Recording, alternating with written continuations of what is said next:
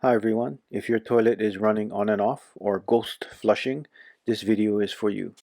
Water leaking by the flapper is more than often the cause of the problem. The tank water level and float drop. The fill valve opens and refills the tank, and this on-off cycle repeats over and over. First, check to see if the chain is the cause of the problem. See if the chain has too much slack and is either tangled or caught under the flapper. If not, check to see if the chain is too tight and holding up the flapper. If the chain is too long or short, adjust the chain for about a ½ inch of slack. If the chain isn't the problem, turn your focus to the flapper itself. Turn off the water supply valve and flush the tank.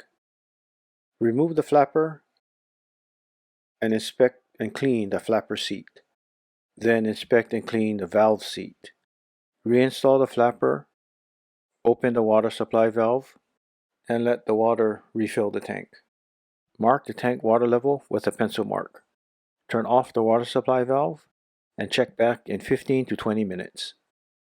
If the water level is still at the pencil mark, the flapper and flush valve are properly sealed. If the water level is below the pencil mark, water is still leaking by the flapper and the flapper should be replaced. If you are able to do without the toilet for a while, close the water supply valve, remove the flapper, and take it to the store to find a matching replacement. Or measure the outside diameter of the flapper.